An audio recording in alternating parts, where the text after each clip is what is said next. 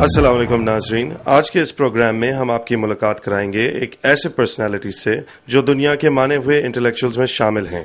The New York Times has written about him that he is one of the most important intellectuals of the 20th century.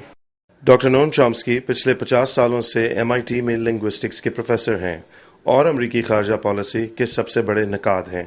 तो आइए मिलते हैं doctor Chomsky से। Doctor, thank you for being with us. Glad to be with you. The U.S. has now been fighting its war on terror for 8 years, and to many people in the Muslim world, people in the U.S. are weary also, but especially in the Muslim world, which has borne the brunt of this war. Have the stated goals changed, and in light of recent developments, and most Muslims wonder how long this war is going to last? Well, there's a lot of deception and distortion about the way the war is depicted.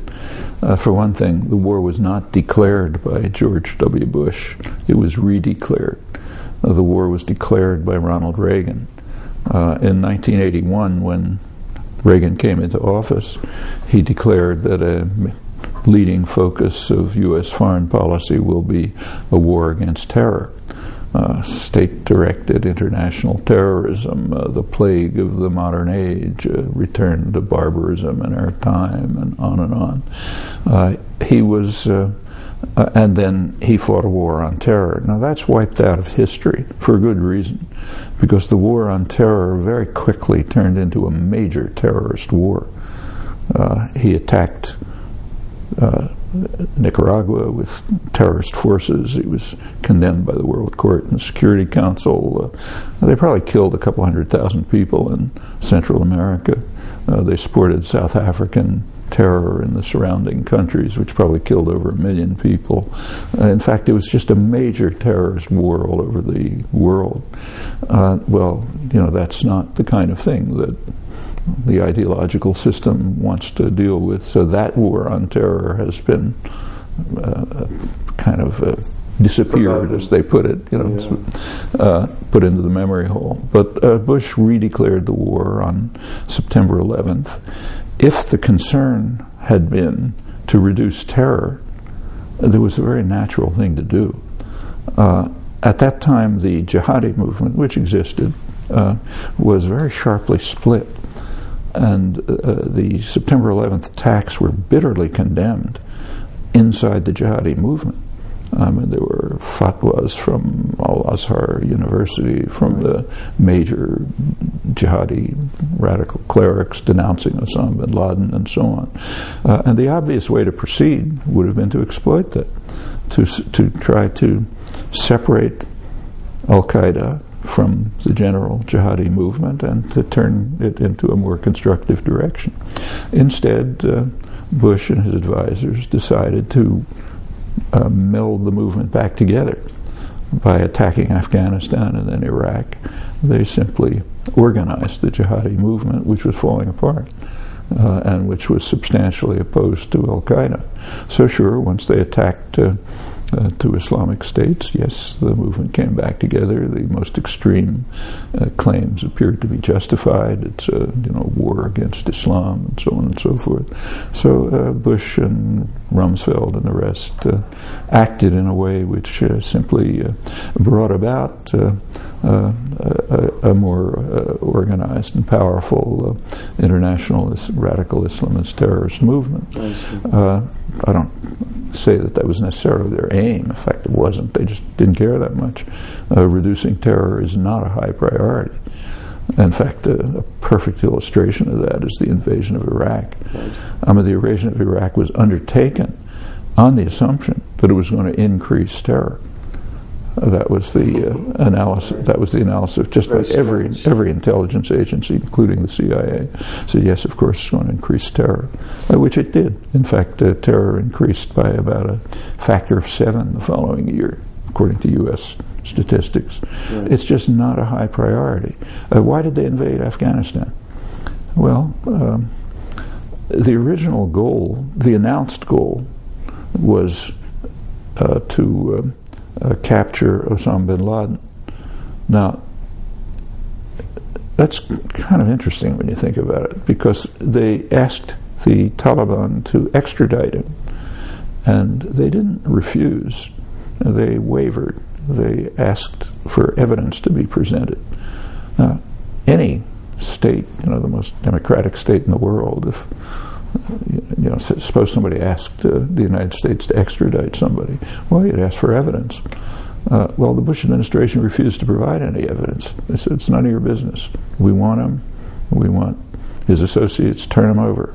And if you don't do it, we'll bomb. That's just terrorism. Right. In fact, it had absolutely no legal authorization or anything else. It was not supported by the UN. There's claims that the UN later supported it, which are false if you look at the resolution. It was opposed by most of the world, contrary to what's claimed. And it was undertaken with the expectation that it might drive millions of people over the edge of starvation. Afghanistan was kind of on the brink. About 5 million people at that point who were basically being sustained by aid agencies. Right. And they estimated that another 2.5 million might be added if there was bombing. Well, that's not us. Fortunately, it didn't happen, but it was undertaken with that expectation. And many of the leading anti-Taliban Afghans were strongly opposed to it, including U.S. favorites. The most important one was Abdul Haq, who was in fact the U.S. favorite and a favorite of Karzai's. He gave a couple of weeks after the bombing, he had an interview which appeared in the British press in which he bitterly condemned the bombing. He said it's just undermining our efforts to overthrow the Taliban from within, which we think we can do. It's killing Afghans, it's killing innocent people, and the United States is doing it just to show its muscle and to intimidate the world. So, Dr. Chomsky, we're in 2009 now. What about change we can believe in? I mean, President Obama is the son of an African Muslim. Isn't he going to change U.S. foreign policy in any way? Why should we expect that? I mean, the Obama campaign had 2 slogans, hope and change that we can believe in. Right. Why? Well, in the United States, elections are run basically by the advertising industry. In fact, Obama won the award from the advertising industry for the best marketing campaign of 2008. Now, suppose you're a party manager or a public relations executive, and you have to run a campaign. You read polls. You know that 80% of the population think the country's going in the wrong direction. So what are your slogans? Hope and change. In fact, they were McCain's slogans too. It's just that Obama carried it off better. What was the change supposed to be? Well, that was never said. Just hope and change. This is like selling toothpaste. It's not intended to have any substance. In fact, elections are set up so that issues are marginalized, and there's a reason for that. The public disagrees with policy on a wide range of issues. So it's best to keep issues off the table, to focus on personalities, on style, rhetoric, gossip, and that's exactly what campaigns are like. So the advertising industry knew what it was doing when it gave him the award for the advertising campaign. But nothing was ever said about change you can believe in. In fact, if you look through the campaign literature, very little was said about policy altogether, just some very vague sentiments. But policy in the United States is pretty stable. It's mostly bipartisan. I mean, there's variation. And in fact, the Bush administration kind of went off the edge. It was harshly condemned even internally because of its extreme brazen contempt for even allies, aggressive militarism, U.S. Status in the world sank to its lowest point ever. And there were criticisms, so you could expect that any candidate who comes in will move back toward the center, toward the normal center of bipartisan agreement, which is what happened.